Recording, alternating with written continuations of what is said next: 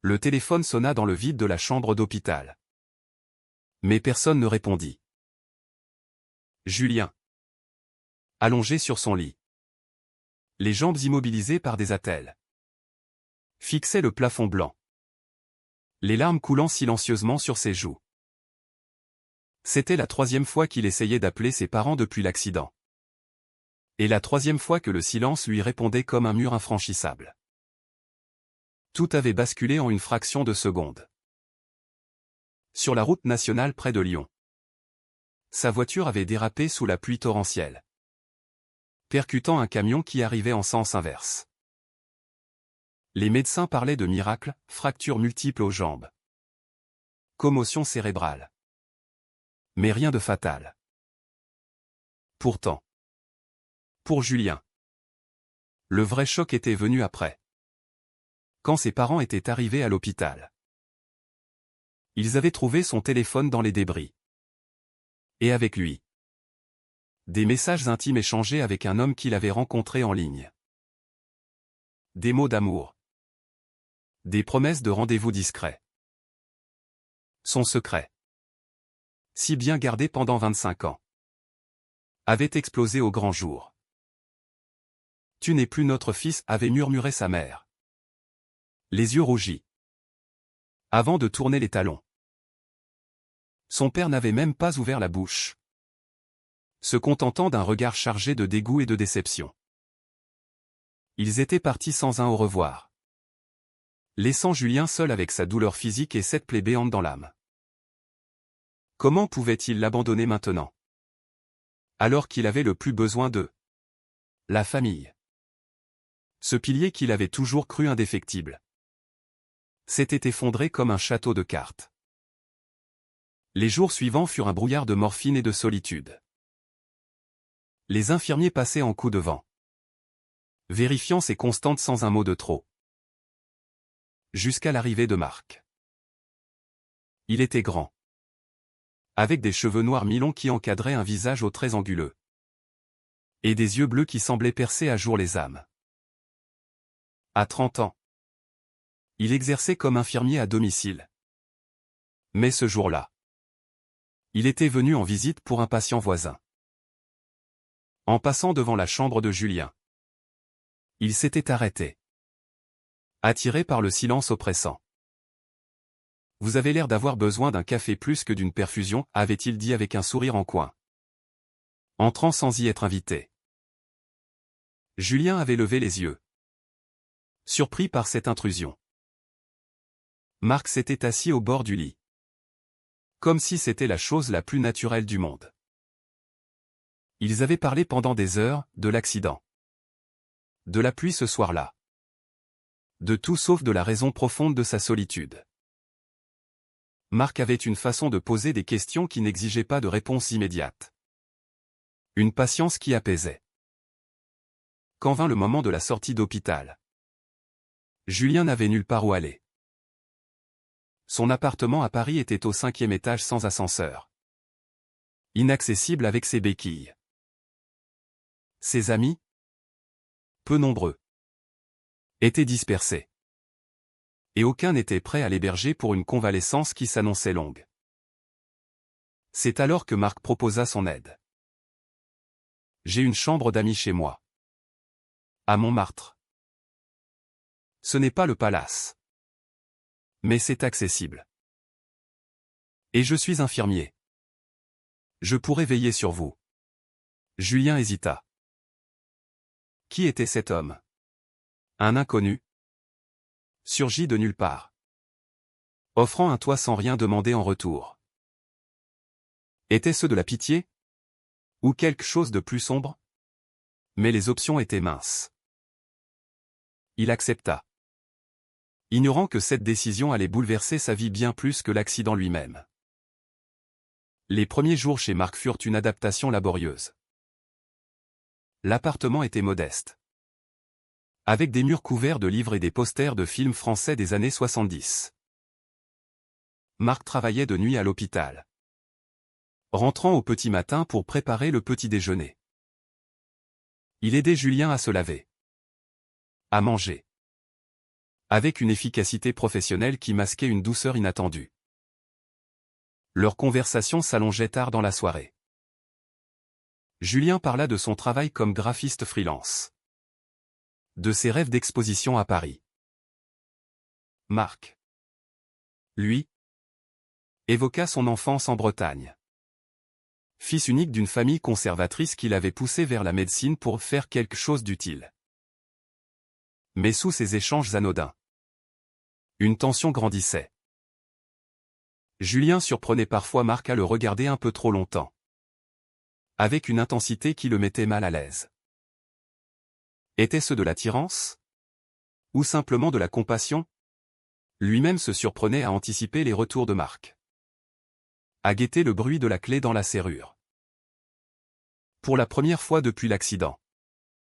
Il se sentait vu. Non pas comme un handicapé ou un paria. Mais comme un homme.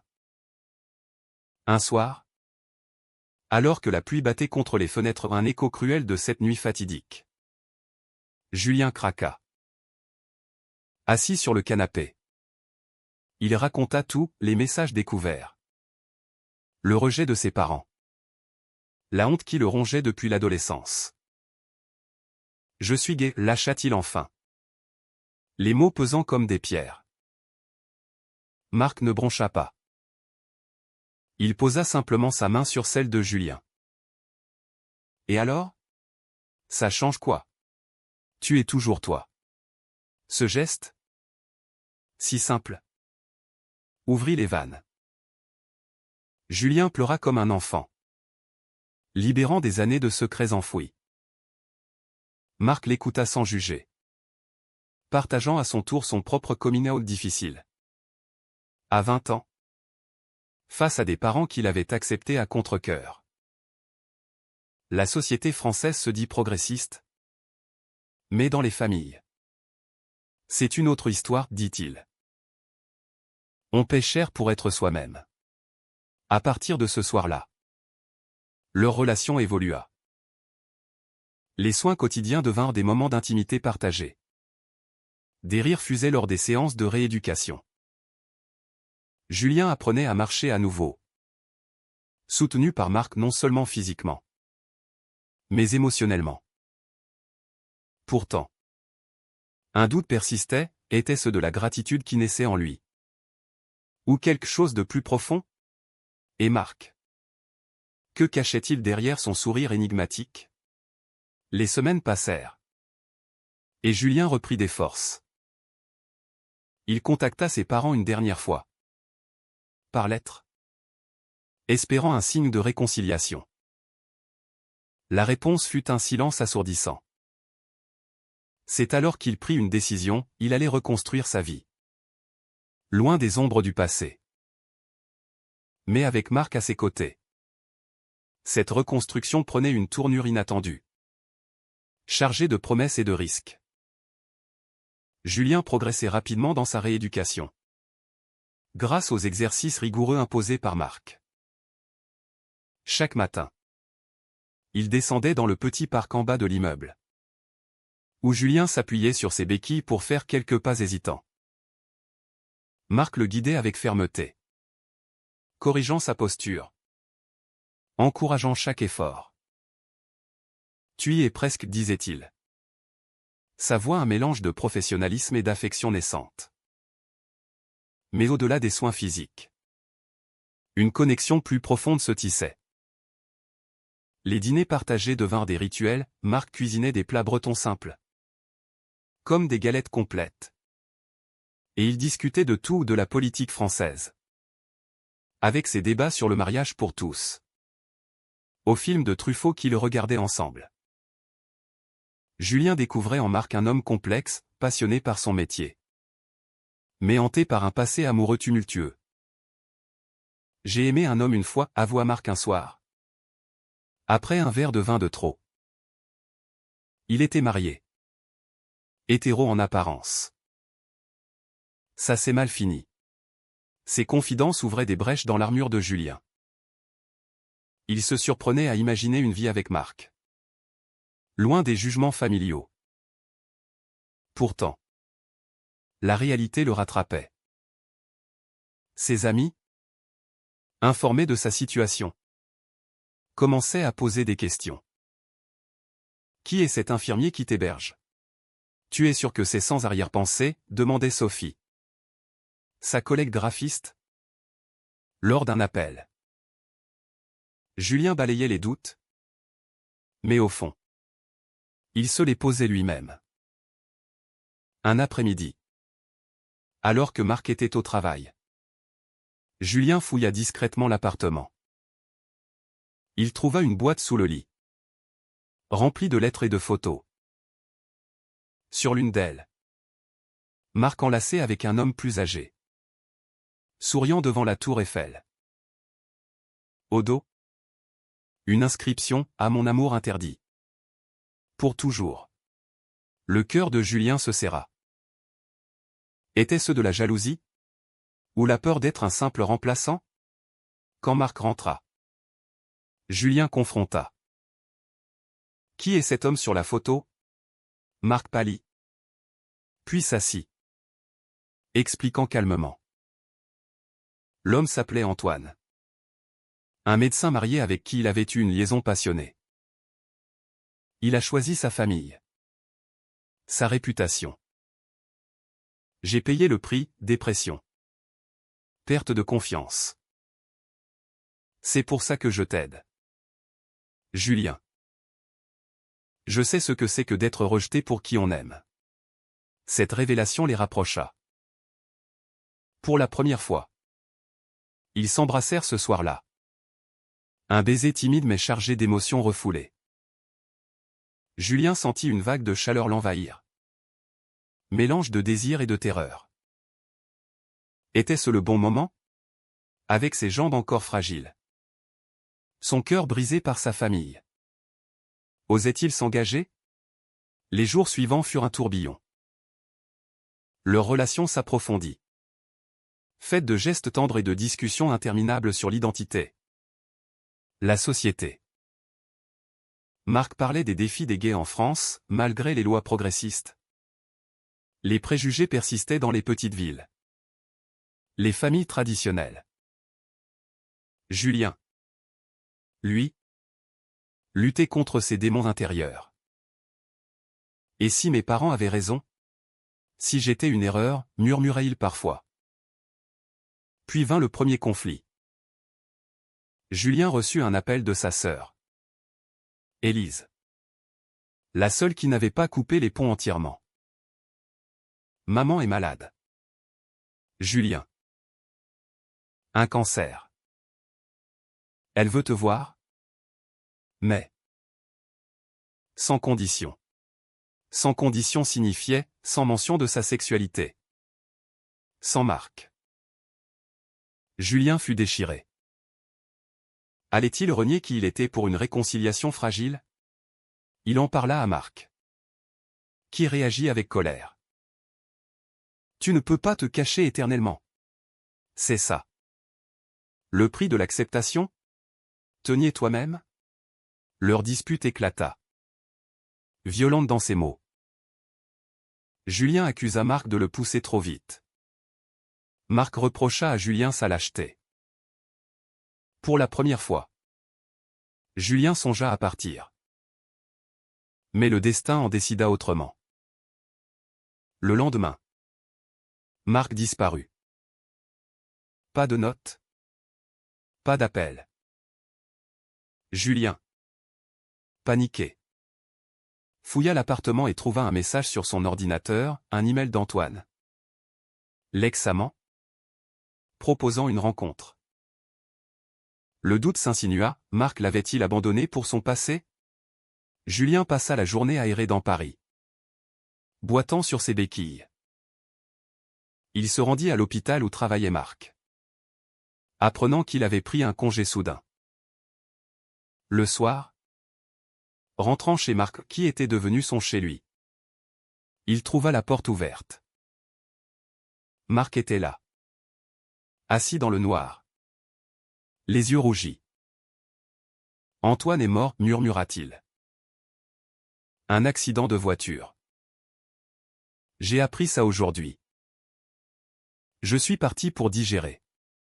Julien s'approcha. L'enlaça. Dans cette étreinte, ils comprirent, leur relation était fragile. Bâtie sur des blessures ouvertes. Mais réelles. Pourtant, la visite à sa mère approchait. Julien devait choisir, affronter sa famille avec Marc à ses côtés. Ou seul. En masquant sa vérité. La tension montait. Chaque décision pesant comme une sentence. La confrontation avec sa famille approchait. Et Julien sentait l'angoisse le ronger. Élise l'avait prévenu, leurs parents attendaient une visite normale. Sans remuer le passé. Marc, de son côté, insistait. Si tu y vas seul, tu les laisses gagner. Montre-leur qui tu es vraiment. Julien oscillait entre la peur du rejet définitif et le désir de vérité. Ils décidèrent d'y aller ensemble. Le voyage en train jusqu'à Lyon fut tendu. Chargé de silence lourd. Marc tenait la main de Julien discrètement. Un geste de soutien qui apaisait un peu ses nerfs à vif. À l'arrivée, la maison familiale semblait inchangée, le jardin impeccable. La façade blanche. Mais à l'intérieur, l'atmosphère était étouffante. Sa mère, amaigrie par la chimio, l'accueillait avec un hug faible. Mon fils, murmura-t-elle. Son père, en retrait, hocha la tête sans un mot. Élise sourit nerveusement. Puis vint la présentation de Marc. C'est mon ami, dit Julien. Hésitant. Marc serra les mains. Poli mais ferme. Le dîner fut un champ de mine. Les conversations superficielles l'accident. La santé masquait les non-dits. Puis, inévitablement, le sujet surgit. Et cette infirmier? Il t'aide comment exactement, demanda le père. Le ton suspicieux. Julien respira profondément. Marc n'est pas juste un infirmier.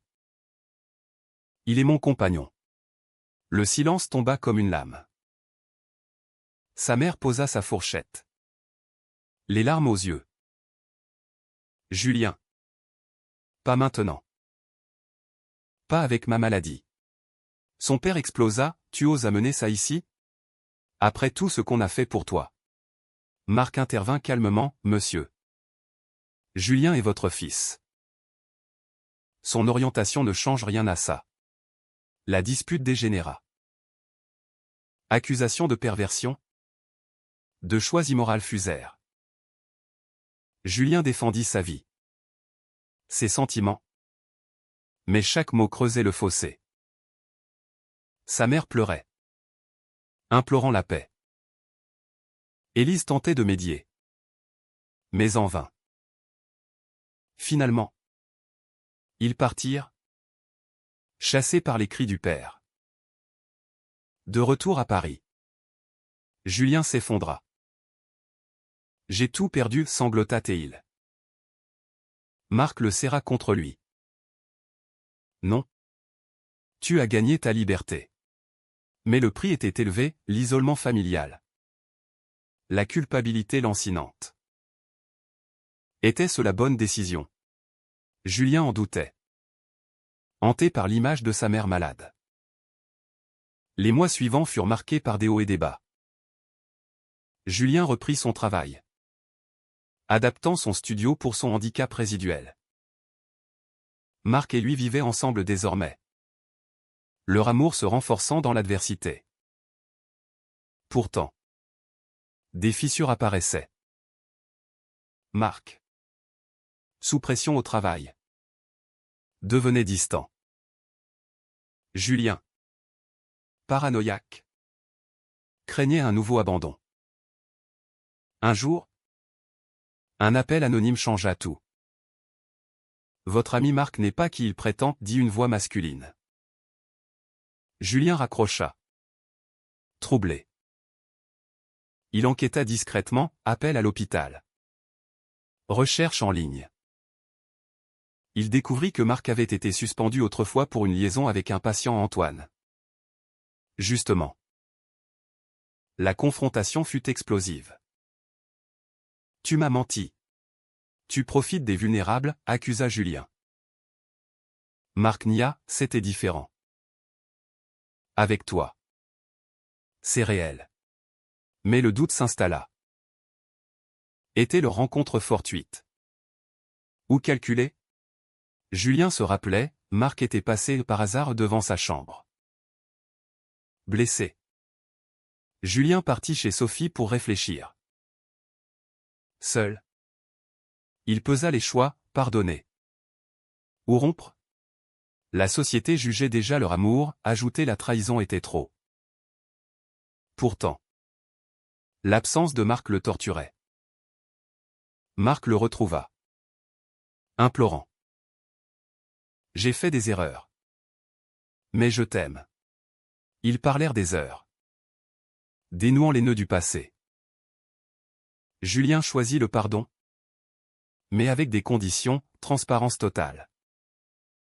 Cependant, un nouveau choc attendait. Sa mère appela, ton père a eu une crise cardiaque. Il te demande. Julien y alla seul cette fois. Trouvant son père affaibli. Je me suis trompé, murmura-t-il. La famille. C'est plus important que les préjugés. Une réconciliation timide naquit. Mais fragile. De retour, Julien partagea la nouvelle avec Marc. Leur relation, forgée dans le feu, semblait plus solide. Pourtant, les ombres persistaient, la société. Les doutes intérieurs. Les mois suivants apportèrent une accalmie précaire. Julien marchait sans béquille désormais. Symbole de sa guérison physique et émotionnelle. Avec Marc. Il construisait une vie commune, sortie au Louvre. Week-end en Bretagne chez la famille de Marc. Qui les avait acceptés chaleureusement. Pourtant, les cicatrices restaient. Julien visitait ses parents régulièrement. Mais les conversations évitaient les sujets sensibles. Son père, remis de sa crise, tolérait Marc sans l'embrasser pleinement. Un soir, lors d'une fête chez des amis gays, la tension ressurgit. Un débat animé sur les droits LGBT en France tourna à l'aigre quand un invité accusa Julien de compromission. Tu visites ta famille homophobe? C'est de la trahison. Julien défendit son choix, la famille. C'est compliqué. On ne jette pas tout. Marc, silencieux, semblait distant. De retour chez eux, Marc explosa. Peut-être que tu regrettes. Peut-être que tu préfères une vie normale au point. Julien. Surpris. Nia. Mais les mots avaient blessé. Leur relation, bâtie sur des fondations instables, craquelait sous la pression des attentes sociétales et des traumas personnels. Puis vint le coup de grâce. Antoine, l'ex de Marc, n'était pas mort dans un accident, c'était un mensonge. Julien le découvrit par hasard. Via un message sur le téléphone de Marc. Antoine vivait. Et ils s'étaient revus. Juste pour clore le chapitre, expliqua Marc. Paniqué. Mais pour Julien, c'était la trahison ultime. La dispute fut cataclysmique. Accusations de mensonge. De manipulation fusèrent. Tu m'as recueilli pour combler un vide. Pas par amour, cria Julien. Marc pleura, au début. Peut-être. Mais ça a changé. Julien. Cœur brisé. Parti. Il ira dans Paris. réfléchissant au choix qu'il avait mené là. Le rejet familial. L'accident. Marco, tout était lié dans une chaîne de douleurs et de leçons. Il contacta Élise. Qui l'encouragea, suis ton cœur. Mais protège-toi. Des semaines passèrent. Julien reprit son appartement, se concentrant sur son art. Marc tenta de le reconquérir, fleurs. Lettres. Appel. Julien hésitait, pardonner à nouveau. Où tourner la page? Finalement, ils se retrouvèrent dans un café de Montmartre. Marc avoua tout, sa peur de l'abandon. Ses erreurs passées. Julien, ému, reconnut ses propres failles. Ils décidèrent d'une seconde chance. Mais avec thérapie de couple pour affronter les démons. La vie reprit. Plus mature. Julien exposa ses œuvres. Inspiré par son parcours. Sa famille s'ouvrit lentement, sa mère invita Marc à dîner. La société évoluait. Mais les luttes intimes persistaient. Pourtant. Au fond. Julien se demandait, avait-il fait les bons choix? Le pardon valait-il les blessures? Dans ce monde de préjugés. L'amour vrai exige-t-il toujours un tel sacrifice? Et vous? Lecteur. Pensez-vous que trahir sa vérité pour préserver la paix familiale est une erreur impardonnable? Ou une nécessité parfois justifiée?